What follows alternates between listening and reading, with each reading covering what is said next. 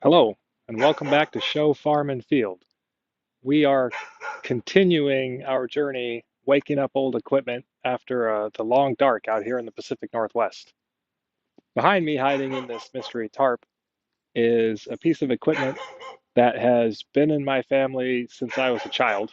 And originally, its purpose was to help my family, my parents, my dad, uh, operate in the tree farm. We had like a 9 acre tree farm actually uh, just a couple of houses down from where I'm living now when I was a kid. And really tall grass would grow up between the tree rows, and we needed a way to try to cut the bushes back. And this was the first tool uh, that we purchased to try to solve that problem. It ultimately wasn't the best tool, but it's a really nice piece of equipment. And a couple of years ago, I was working with Dad, and he said, "Hey, if you want to take that machine and work on it and deal with it, you're welcome to it." So I've had it the last couple of years, and it works really great for what I want to do, which is cut sticker bushes down, flush with the ground. Um, in terms of hacking bushes, I like the hedger to do a lot of the heavy lifting, but to get down close to the ground, it's no fun to be swinging the hedger down right close to the ground. So let me uncover this, and I'll get you a look into what we're talking about.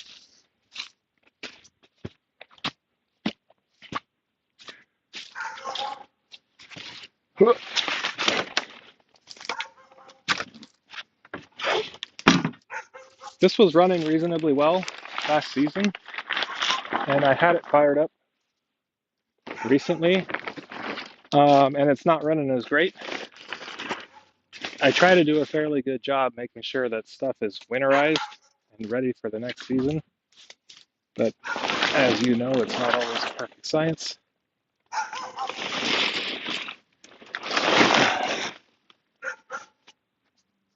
So this is it. This is a walk behind sickle bar mower. It's got these tines on the front that go back and forth, and they're really good for cutting bushes. Built by Troy Built, and it's got a 4 horsepower quantum power engine that runs the sickle blades and the wheels. And this is kind of fun. It's still got a sticker on it for Garden Way Incorporated, 2015 South Park Street, Port Washington, uh, Wisconsin. So I guess this unit came out of Wisconsin. I don't know what the year is on it, but it was purchased at Auburn, Redmond, Tacoma Lawn and Garden Equipment and Supply, which is kind of neat. Um, Today, the goal is to get the air cleaner out of it and the spark plug and pick up a tune-up kit for it. Um, it already has fresh fuel in it. I drained all the fuel out of it when I first started it a week or so ago, and it's just not idling super well. And when I take it up on the hills, it starts struggling. So I think it's just a little bit gummy. But that is where we'll start today. Need to grab some tools, and we'll get to taking this thing apart. Interestingly, the scrunch tool that we just picked up for the chainsaw might be most of what I need to dig in on a tune-up kit for this. I'm thinking that the air cleaner is just hiding behind this guy. So we'll pop this out.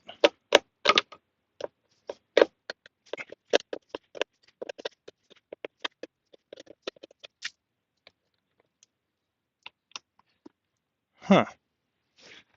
I can't figure out why it's not running well. Maybe it's not getting enough oxygen through the fins. Probably not the issue though. Well, we might as well change it though. It's a new season, so we'll get a new one of those anyways, I guess. So that'll be the air cleaner. Spark plug's hiding back behind here. Kind of hoping I don't have to take these bolts off along this shield to get that off. I think I can slip my hand back through here, so get this situated and try to pull that out. Focus.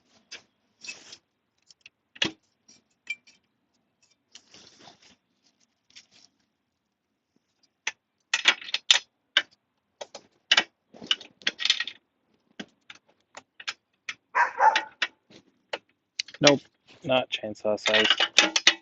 So I'll snag a couple of different spark plug options to pull that out.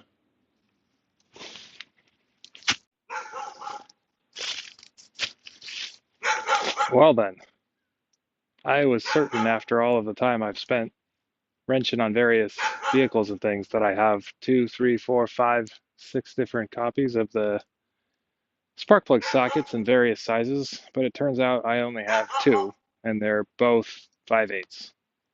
So I'm gonna make a trip over to O'Reilly's, and I'll try to pick up the air filter, uh, grab a couple of spark plug sockets. I might take a guesstimate on what kind of spark plugs in this based on the internet and the fact that it's a 4-horse quantum power, whatever that is, and pop back. Gonna take a stab at doing an oil change on it too, so I'll pick up some small engine oil for it as well. Okay, back with goodies. Got the ultra foaming super purple grease dissolver. This is gonna help when we're cleaning stuff up. The Dawn wasn't quite cutting it, if you know what I mean. I loved it. I looked at the guy and said, I need one of these. And he said, I know what that is. And came back with this. I didn't have to tell him what kind of tool I was working on or anything. And the gal said, if it's a small motor, it's this. So here's the spark plug.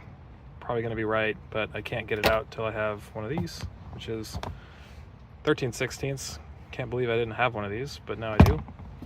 And then Rotella T4. It's got a tractor on it. You know it's going to be good. So we got probably about 40 minutes of daylight. It's just drizzling now. It started pouring down rain, so it's perfect weather for being out working on small engines and changing oil and crawling around in the dirt. And the dishes aren't done and I got to make steak, so we got to get moving. Off we go.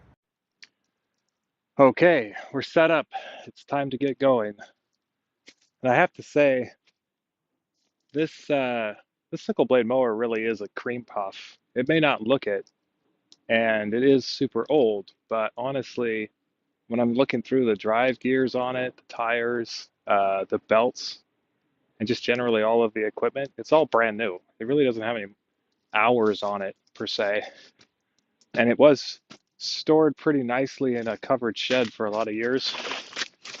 So it's in really good shape. I'm trying not to let it go downhill, although I don't have an indoor storage for it right now, but I do keep it covered and dry.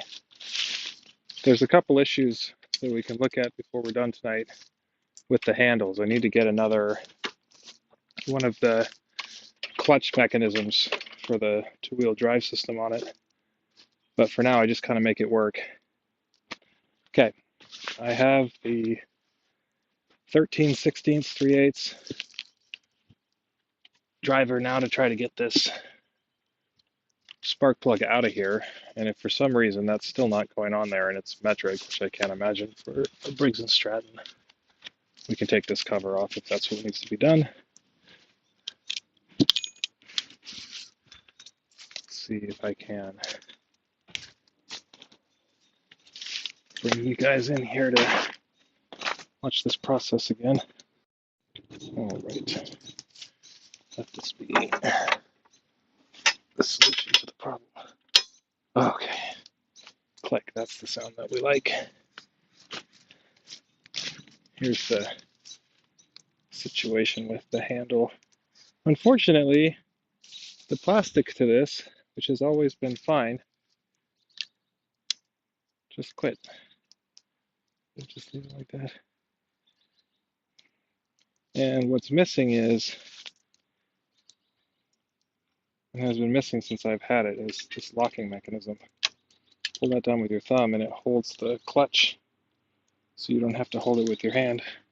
It doesn't have it on this side. But we should be able to order one of those up. Okay.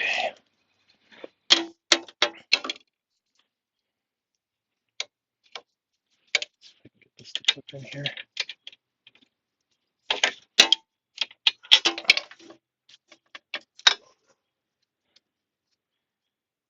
What in the world am I doing? That is a oversized driver for this. Darn it. If you're trying to use a 1/2-inch breaker bar to get a spark plug out, you're probably doing it wrong.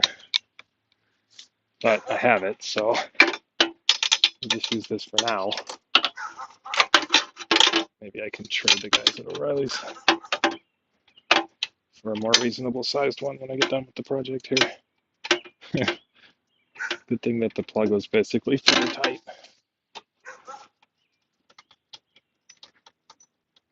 Wheel this out and take a look, see what we got going on.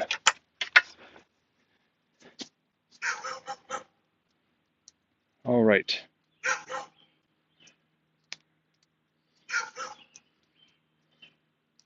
I don't know how many times I've looked at spark plug charts to try to learn exactly what's going on, but it seems to me that the tip's a little bit, yeah, maybe it's fine, yeah. Hard to keep the camera focused on it, but we'll put a new one in since we got it. Oh, perfect match. It should go right in. Got the same threads, same bottoms. Oh, this is a swing and a miss, off by a long shot. So our guesstimate on small engine spark plugs wasn't any good. I think for now what I'll do is record the info off of this one and toss it back in there so we can run it and bring the actual part number in to get a new spark plug. All right, the same spark plug that we just spent 20 minutes finding tools, buying tools, getting parts for is going right back in where it came out. But now we know that it's possible to get it out. What did I do with the, what did I do with the socket? Got the wrench. Socket's in my pocket where it belongs. Toss that on in. Tighten it. This is where it's going to be critical not to overuse the driver. Maybe from the other side.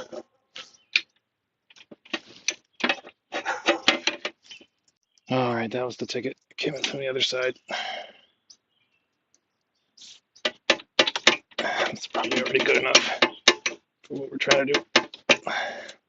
Pop that out. Reach it back and get that. Pop that back on. Yeah.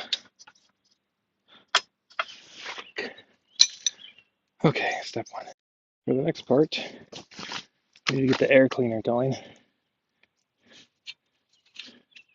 That's a little bit dirty, greasy.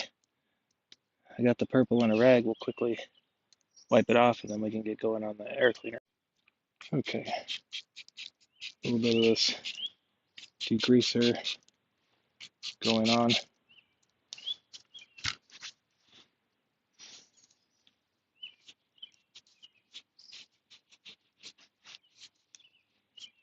Got some grease over here too.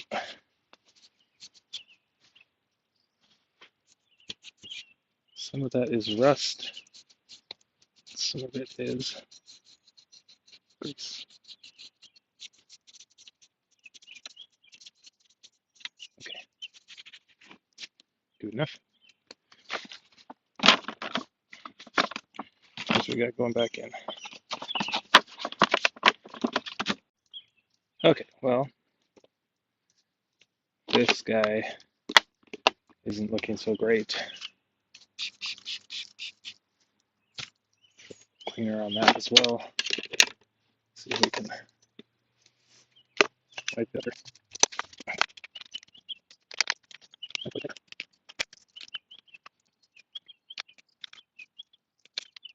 Yeah, better. Now, air comes into this thing through these guys. So, looks like there's a little bit of a blockage on that one. I'll clear that out as well. Now, when this goes back on here, kind of feeds in like this. And the air part goes here. I'm to understand, even though it didn't have it, that this goes there. Not feeling great about that extra piece so far.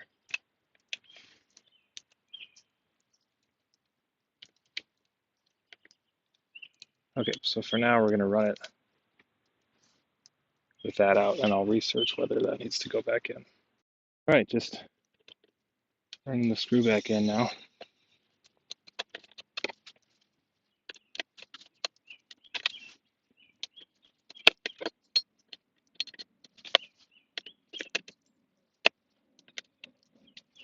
Oh, crack. Tight. Next, oil. When it comes to changing the oil, this has got a 3/8 drive plug in underneath it. And I'm hoping it's something as simple as putting the bar up on this stand and then a log or a bucket or a couple buckets just to jack it up high enough to get under it will be easy enough to put this on. All right, let's try and get this lifted up onto this guy here. I think that'll be plenty high enough, and it should be stable enough to get the job done. One for the left wheel and the right wheel. We can use these.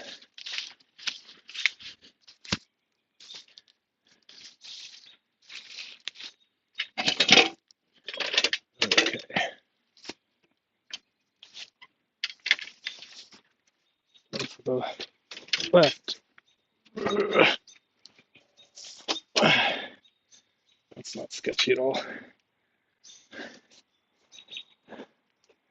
I need at least one more thing to stabilize this, or it's going to fall.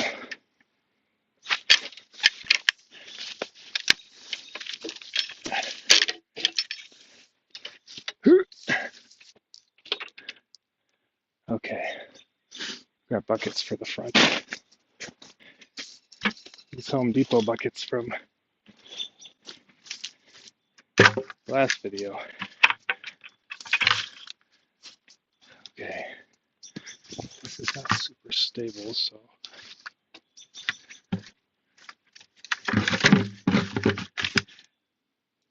for there.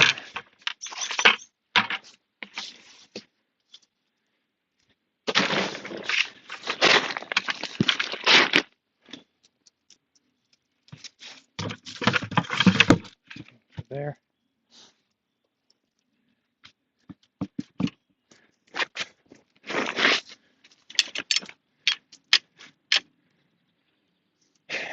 Is it the safest solution? Is it the most stable? No. But also, I just kind of need to sneak my hand in there for a second to get the oil to drain out. So I'll just be careful not to get too far under it.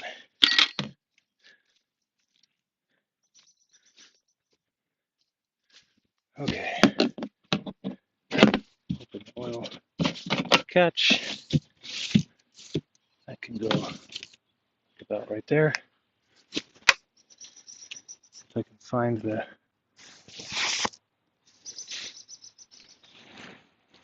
spot where this connects to the oil.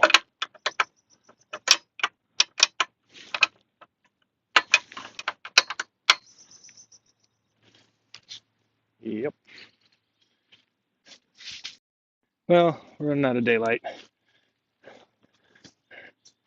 Here's what we're looking at.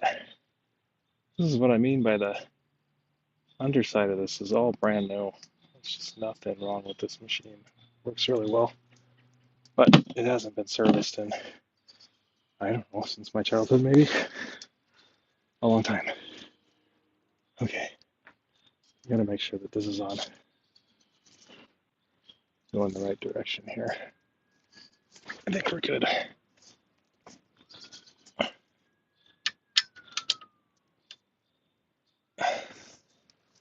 Okay. Naturally, I got that to fall out.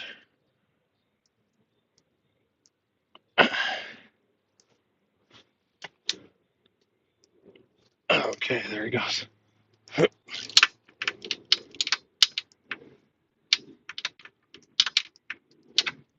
Back in, back in.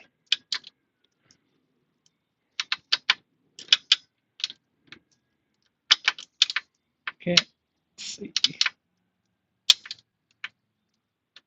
Okay, there we go. Trying not to knock it out here. Ah, come on. Stay in there.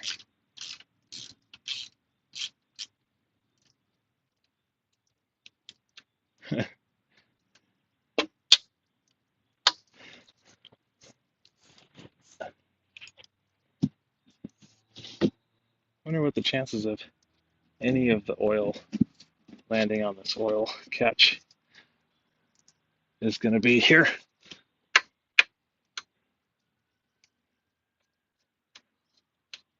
5%? 8%? That'd be nice.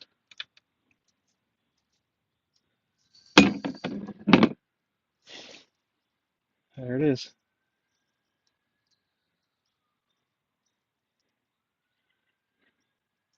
At least it doesn't have water in it. Yeah,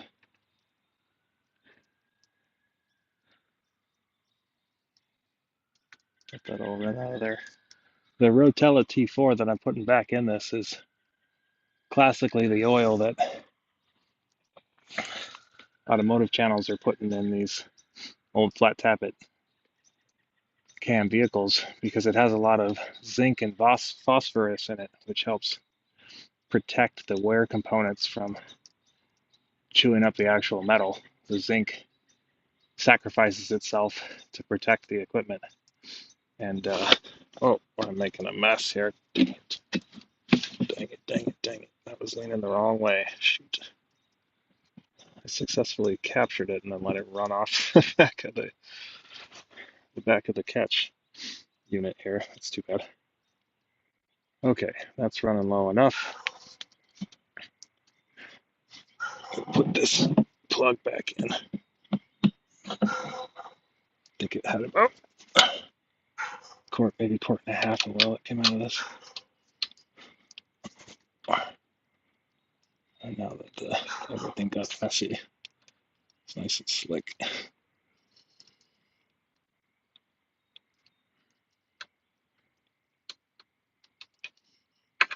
Is it going in? I don't know. Can't feel. Yeah, it's getting more difficult, so it's going in. Okay. I'm going to clean up the mess that I just made. And then we can tighten it down.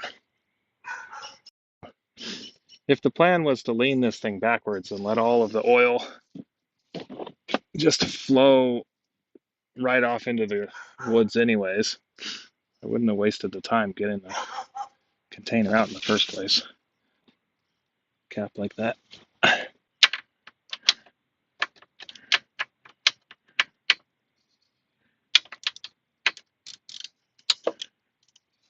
Oops.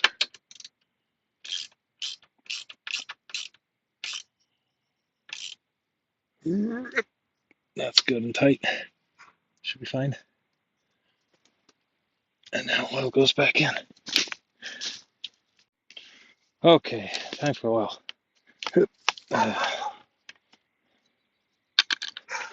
I've spilt enough oil in the woods today, so I went and grabbed the funnel from the chainsaw bucket that I already dumped all over the floor. And I figure again that this had about a quart and a half in it, so put some back in.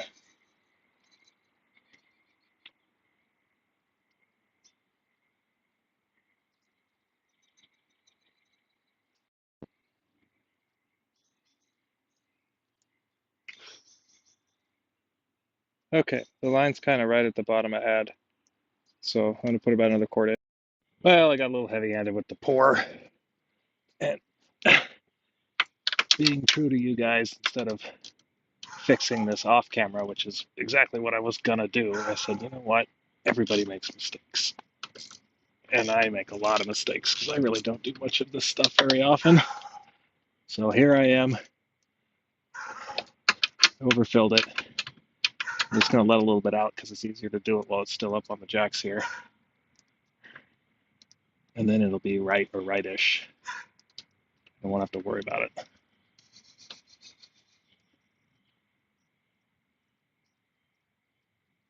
You guys will see that it's okay to get it wrong and keep going. No pride, just out here in the woods, in the dark, with my family hungry and waiting for me to come cook the steak going. It's more fun to do things and learn and grow and build than to stress out about what the right thing to do is. So waste a little bit of oil, but honestly, how long did it take me while it's still sitting right here to adjust this a little bit? Get an opportunity to do that right this time, and not run this thing with almost a quart too much oil.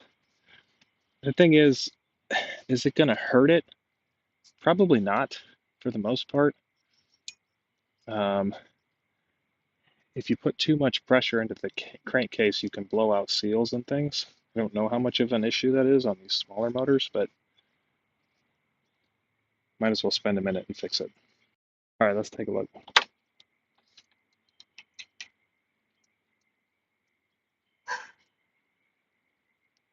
It's a little hard to see on camera, but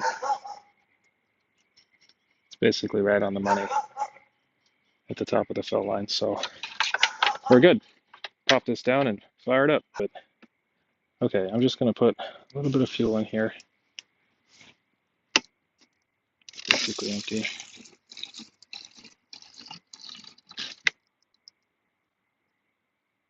How do we do? Okay. No spillage is good. That's about a half tank. I guess we'll put a little bit more in as well. That's what I'm going to spill. Okay. Pretty good. Put the cap back on it.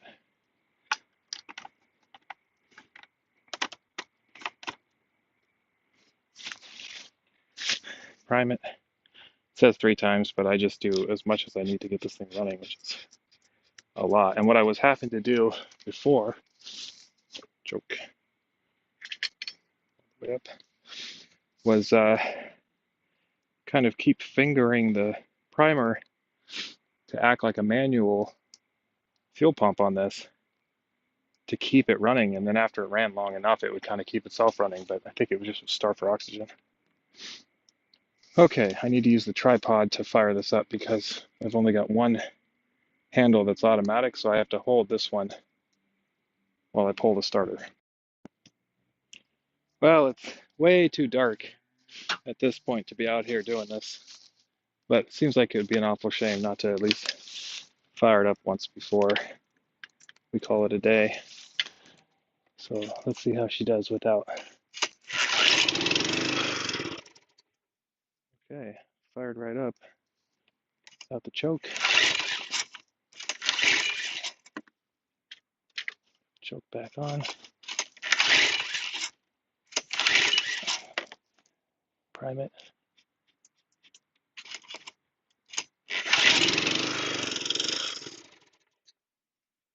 A bit better. Choke back off.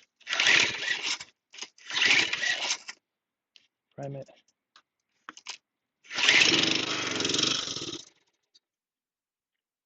Prime it.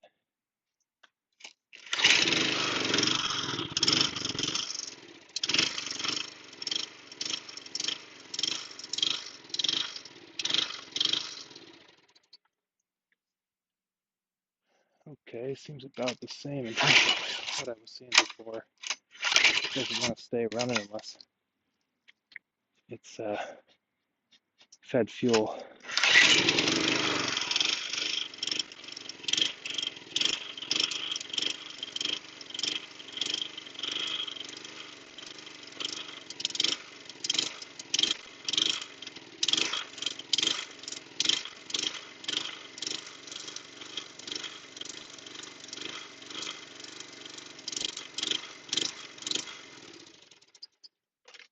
So problem is not solved, same symptoms. We can rule out uh, air, because we definitely have air fixed. And it's good to have fresh oil in it. And I will go to the next steps, which are spark plug, which we weren't able to replace tonight. And after that, it'll be carb cleaning, fuel filter, and whatever else we need to do to get it tuned up. Welcome to the next night in the deepest part of the evening. That's right. Sometimes it's not the practical time for doing work on stuff, but it's no longer cold out. I don't know, it's maybe like 50 degrees, comfortable. And the structure, which is garbage, is still sitting here and keeping stuff mostly dry underneath it. And I rigged up a bunch of fluorescent lights, I don't know, a year ago or so. And I've been slowly storing more and more trash in here all throughout the last couple of months as it's been cold and messy. Ignore the completely retired Range Rover. That's going to be a project at some point. But I can't let it go. I'm frustrated that the work that we did on the little sickle bar failed to get it to run smoothly. So I went back to O'Reilly's, got some goodies, vitamin B12 to clean out the carb. I brought a little bit of fuel line and a little baby fuel filter, not because it's necessary, but it'll be just kind of nice to see fuel flowing, and might as well have an extra filter. Went back and got the proper spark plug based on the reference number, some rags, and the proper 3/8 drive version of the 5/16 spark plug driver. And I'm gonna go fetch the machine from the backyard, which it's pitch black, so it's not worth putting that on the show. And then this stuff needs to be cleaned up-ish, swept up-ish, and then there'll be a working spot here that I think we can take a look at. Mostly the carburetor, I would say, maybe the fuel tank, although it's already been flushed, so I think it's probably okay-ish, and see if we can get it to idle. It's possible that there are vacuum leaks, there could be junk fuel in the bowl, not really sure, but it clearly isn't tuned. So that's where we'll go next. Well, this pile of branch leaves and things that got left from the winter has been a nuisance anyways, and it's literally just scoop it and dump it in here, so we'll take care of this now.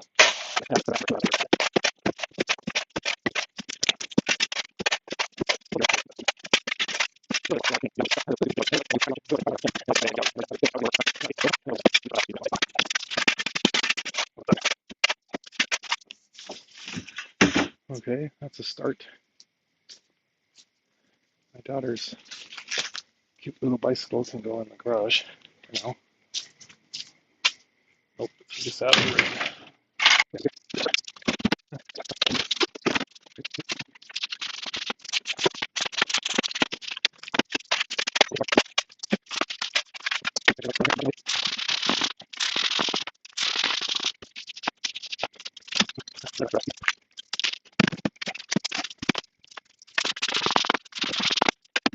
Voila! A halfway decent clean working space to bring the machine out and diagnose the poor running issues. Here we come. Ta-da! Here's the machine, ready for review. Find out what's going on with it. Okay, here's us. This is where we live now. I'm gonna try to find out what's going on. Start pulling stuff apart.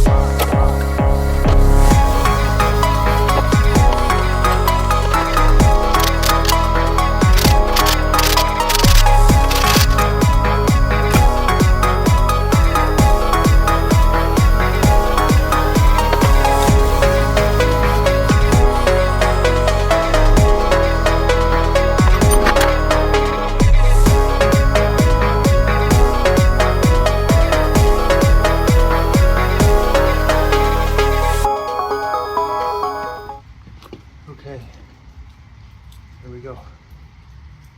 If you come and take a closer look, there's definitely water in the fuel.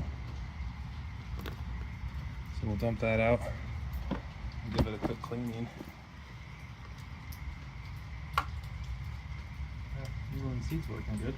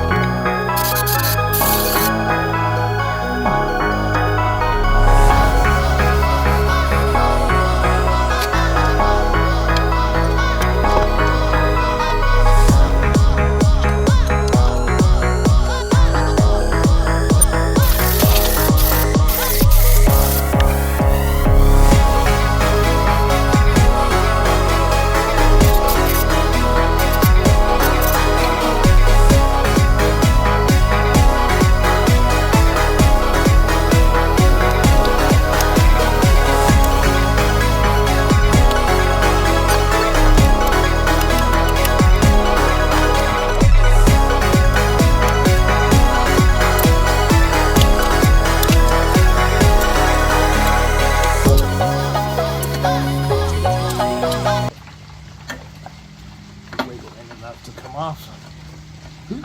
Oh, wrong side. Oh, bad. Okay. What we could do. Well, let's get this side on.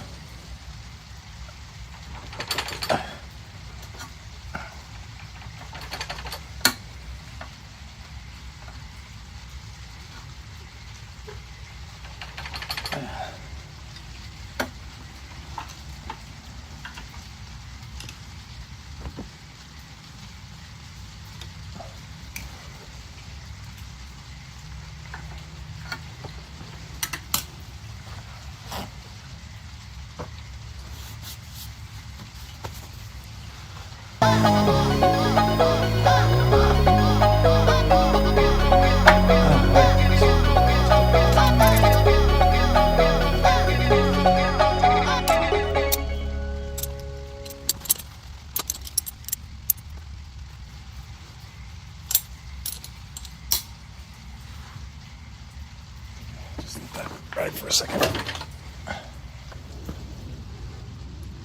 so we can see what's going on.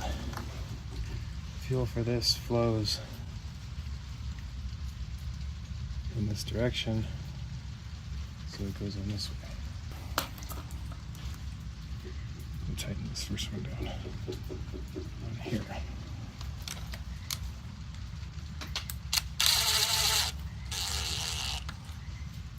Cool. This one.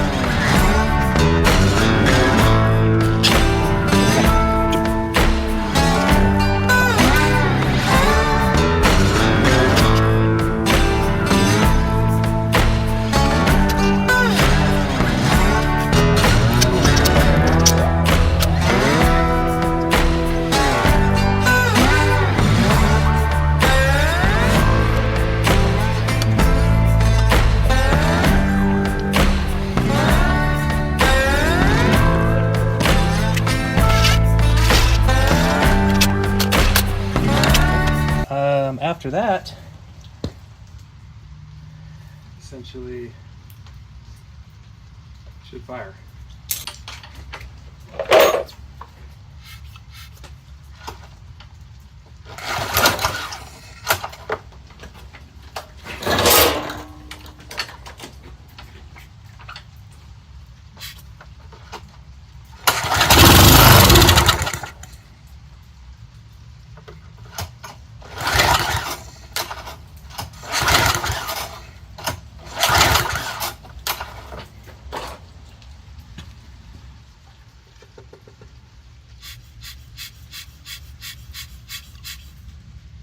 Okay, well, we got fuel coming out there. Here.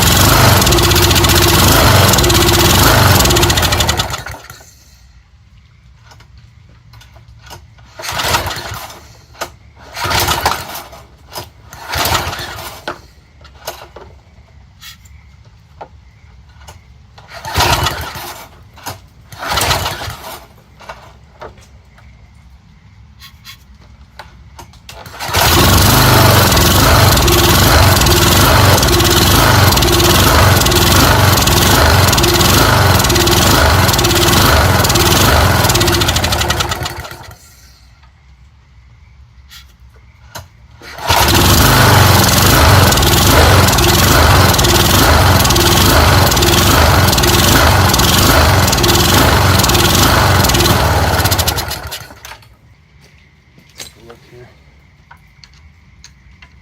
Okay, it's half, one, half, almost two. So we're gonna back it out. Half, one. So let's try one turn out. Let's see what we think on this. I don't know what it's supposed to be.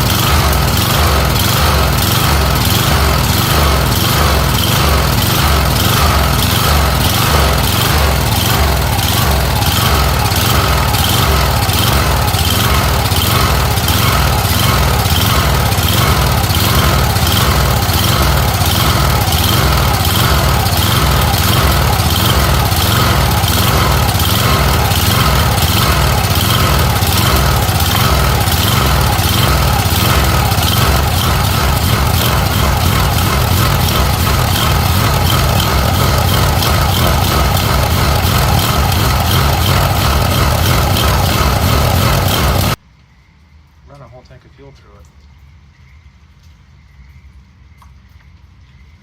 So hope it goes. I just want to say thanks for coming along for this nighttime journey and understanding that I think it's a good thing to work on stuff when you're feeling motivated, even if it's a little bit of an odd time or you have to do some work to prep or it's raining and dark out. And I feel good. I feel really happy to have gone a little bit deeper and tried a little bit more in-depth investigation into what's going on and finish actually doing the tune-up. And now at least if I run it for a couple of hours, I'll feel good about the current setup for the machine.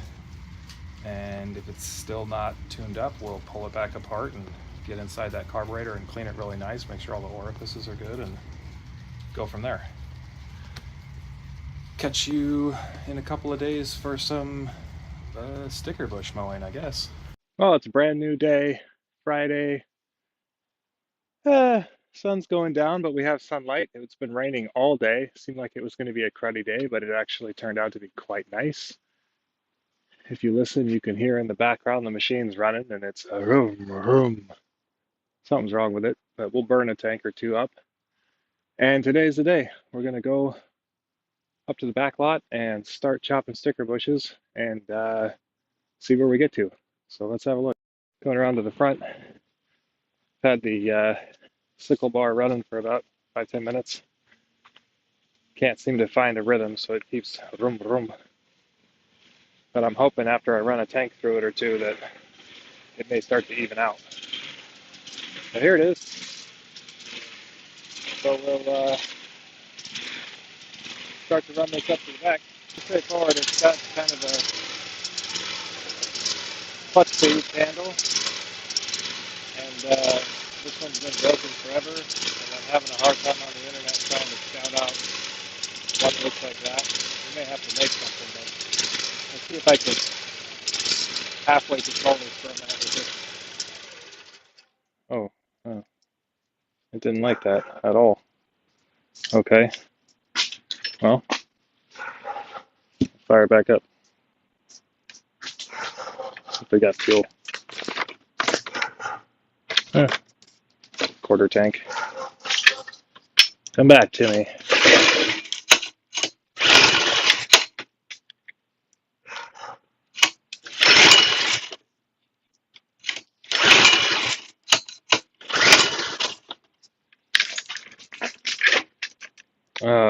Okay.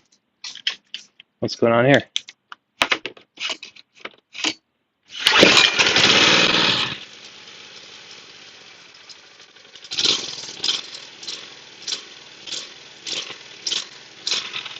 We'll try it again.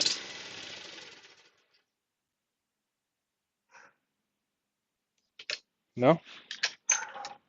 Doesn't like that? Let me futz with it without the camera. Okay, what's going on with this?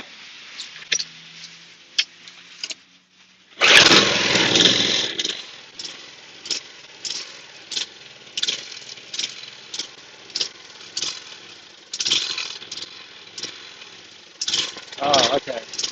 So this control actually works.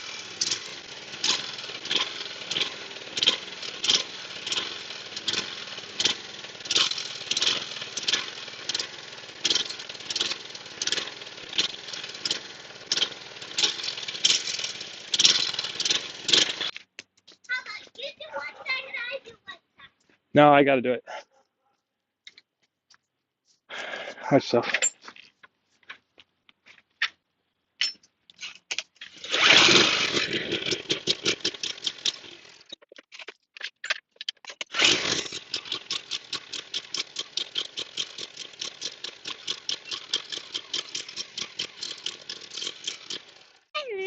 Okay. Seems like it's starved for fuel. The thing is, I don't think it's that low here. No, I take it back. That's pretty low. So we'll fuel it up. That's actually a good thing. All right, this is more of that non-ethanol fuel. We've now burnt through all the first round of the Berrymans. Hopefully that helped clear out any gunk. See if I can keep this from overflowing.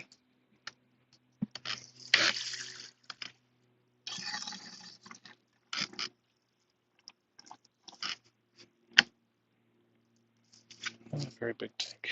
That's good. That's good, huh? You say it's done? Okay. Oh. Yeah, that's pretty good. Okay, let's fire it back up, see what we got.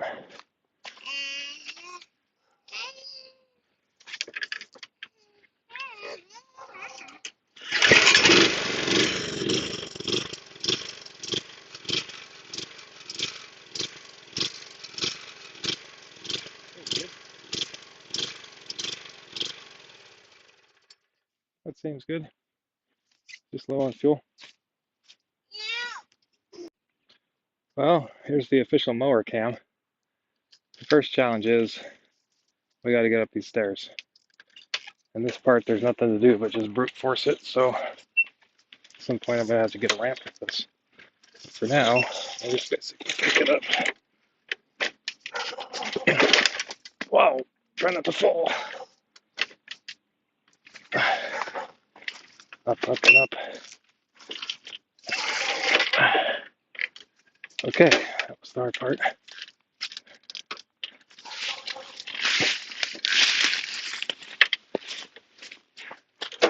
Yes.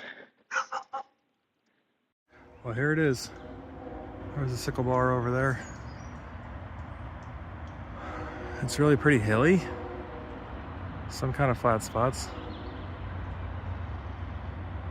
We got our kids' plaything set up on those trees up there. This is maybe the focus initially, is there's this dead tree that fell. And it's actually already been cut. Another half of the tree is going up that direction, kind of where you see it in there. So I want to get the tree chopped up. And then here, you got the kind of mix of things like big rocks, stickers that have been chopped down but not really clipped all the way down. So the goal is to bring it all the way down to the dirt, basically. So if I had a goal, I suppose it would be to start collecting the big rocks, and we'll put them up here to make maybe a little makeshift fire pit, and then start making my way through all of this, which is mostly cut down with the hedger, but not quite all the way there. So I'll mow this with the sickle bar and start raking it. And if we can get over to the tree, I brought the chainsaw, maybe we can hack on that a little bit and keep cutting this all back. Oh, that's pretty fun. We've got some neighbor kids that are close in age to my kids.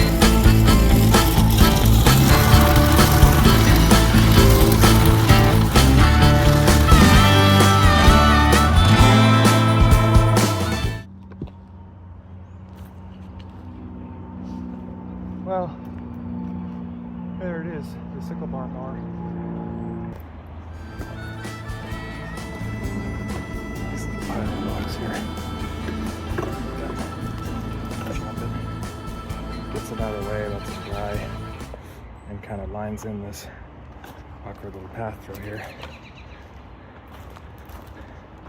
I'll walk you guys back down through the woods.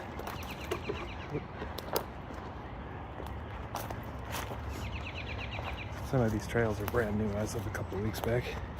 This one's new.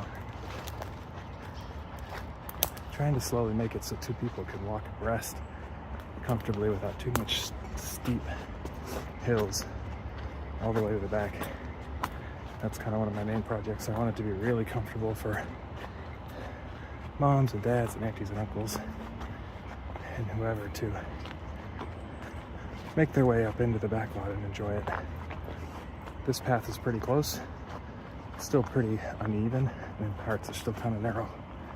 And it's going to need shoring up with rocks or something on the hilly sides, but it's a season old, it's doing pretty good.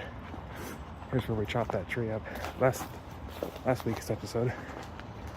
Ouch, I got a sticker on my foot. So that's how that connects to the story. And this path that we're going through here was one of the first big paths that we did last year to kind of get access up to the back lot without as much effort. Getting stuck on the trail here. Beautiful Friday evening. Been out getting some exercise and enjoying terracing the land and being outside after a day working at the computer. And we're back where we started. This is the steps that brought us up to the back lot. Fuel can's right there. I'll snag that, run back up and grab the sickle mower and call it a day. So there you have it. This is the beginning. Everything from here now is a journey. The goal is what you see: exercise, outdoors, imagination, and maybe at some point trails, plants, animals. We'll see. And I'll let you guys tag along as much as I can handle it. See you next time.